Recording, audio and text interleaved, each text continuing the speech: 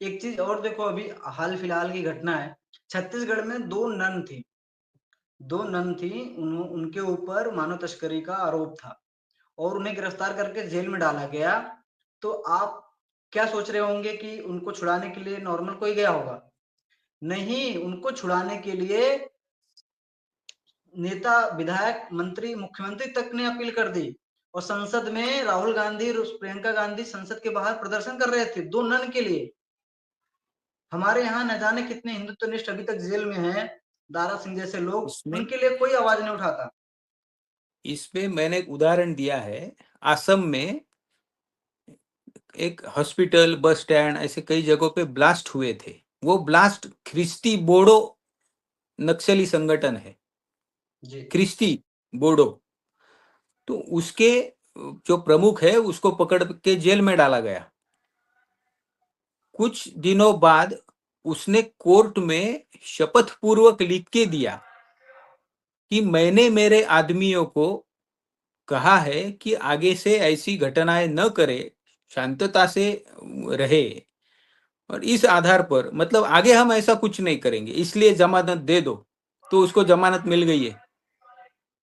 मतलब वो ख्रिस्ती बोडो आतंकी संगठन का प्रमुख दूसरे साइड पे मान्य भी करता है कि ये हमने किया है लेकिन आगे ऐसा नहीं करेंगे। उसको जमानत मिली है कामरूप न्यायालय से, डिस्ट्रिक्ट कोर्ट से। हमारे न्याय की विडंबना है ये।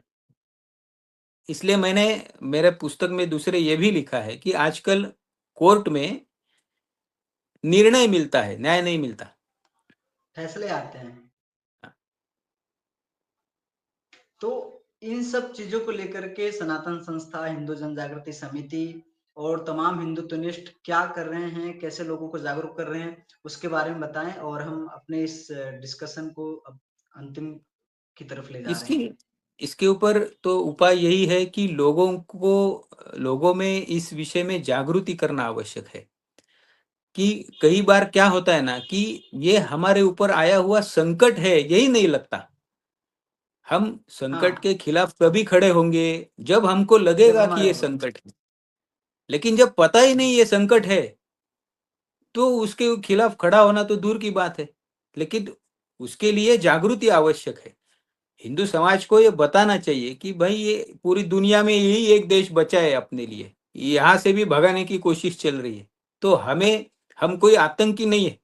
आज तक का इतिहास है, हिंदुओं ने खुद उठ के किसी के ऊपर आक्रमण नहीं किया है। अपनी लेकिन सुरक्षा में हमेशा कदम उठाया है। हाँ, और जिस राज्य घटना कॉन्स्टिट्यूशन का बार बार हवाला देके बोलते हैं सब पुरोगामी और सेक्युलर, तो क्या हाँ, वो लहराते हिंदुओं हैं, को खुद का ऐसे बचाव करने के किताबें। अधिकार? हाँ, तो क्या वो कॉन्स्टिट्यूशन हम हिंदुओं को खुद का और खुद के धर्म का बचाव करने का अधिकार नहीं देता है? तो हिंदुओं में ये इसी बात की जागृति करनी चाहिए कि भाई हम आतंकी नहीं है, ना कभी थे।